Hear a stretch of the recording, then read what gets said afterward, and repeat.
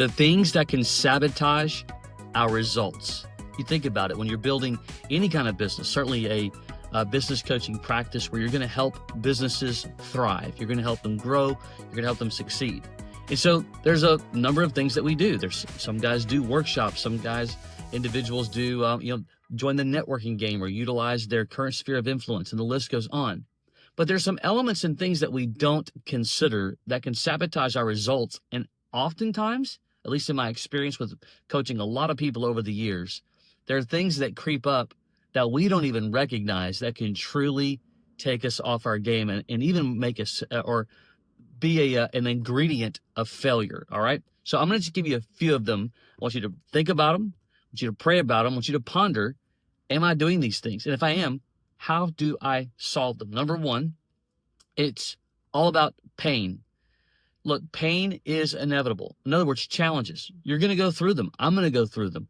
We cannot go through life without a set of challenges. But oftentimes when we are moving forward and building something, especially in the beginning, we're excited. We want to get out there and knock it out, make it happen, help people, solve problems, whatever. And then all of a sudden when turbulence hits in all of the forms, sometimes it's turbulence from us, sometimes it's turbulence from others.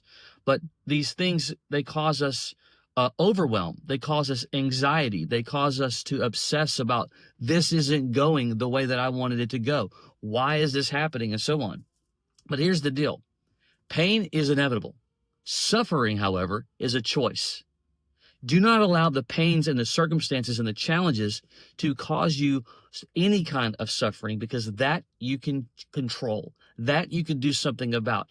You're going to be able to have to learn to accept that the moments of challenge. And I would make the argument, and this really kind of goes with life in general, there will likely always be an element of challenge.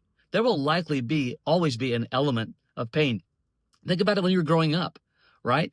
Well, when we were growing up and you're going through school and there's friendships sometimes that aren't going well.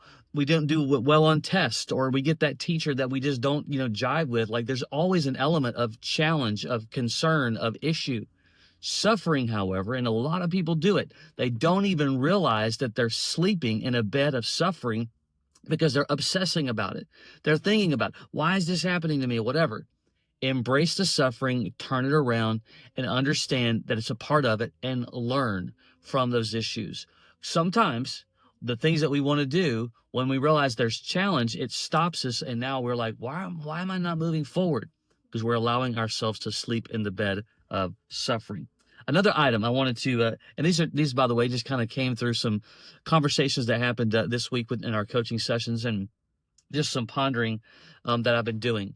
When you make safety and security, or even certainty, your goal, likely going to be a challenge. Meaning, I want to do X, Y, Z, and if that's certainty, where like my only security is in that certainty. In other words, if it doesn't happen just like this, then it's not working.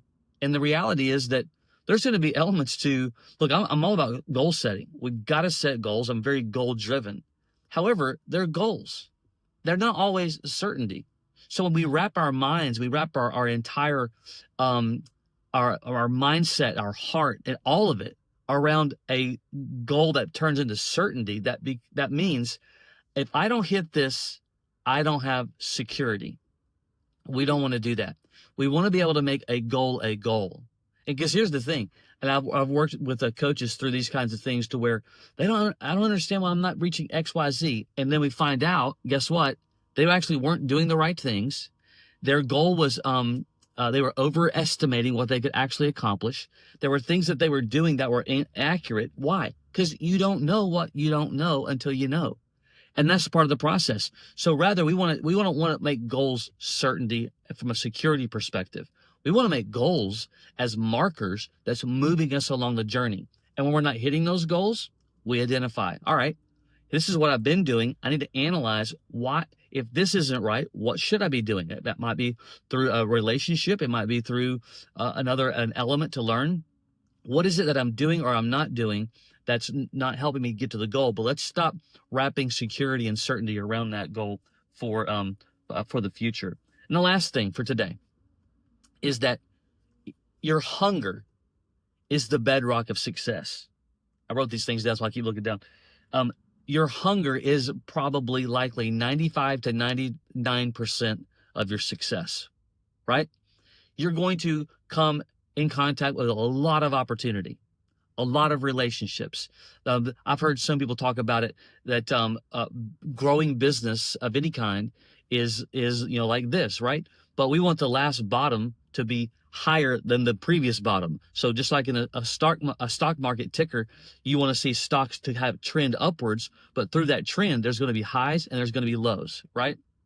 Well, if you don't have a hunger inside you to carry you through the gaps, if you don't have that hunger inside you to carry you through the, hey, I don't really know what to do in this situation, then again, we allow this room for opportunity of sabotage. And sabotage comes in a lot of forms. So here's how this works.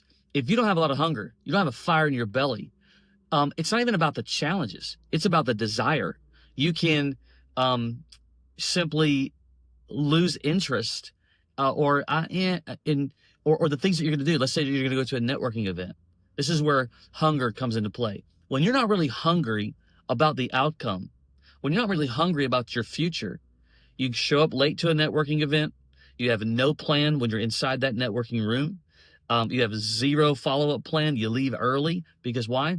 I'm not hungry enough. Hunger says that the moment that I got this client, we're rocking and rolling, we're 8-9 months into it, all of a sudden they have a life circumstance that changes either the element of the deal, your agreement, or they quit, right?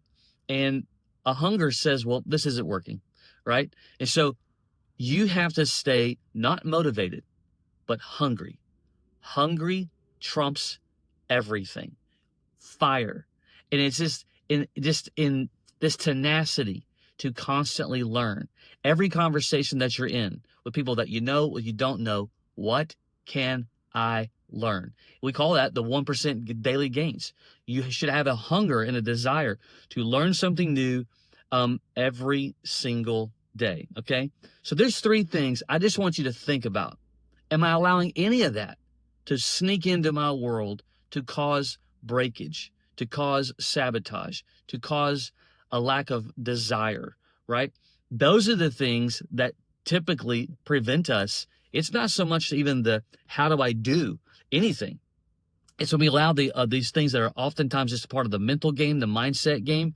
The how to do stuff's kind of easy, but when you don't have drive, when we don't understand the pain, and we wrap our security around if a goal happens or it doesn't happen, those are the things, and they're big things.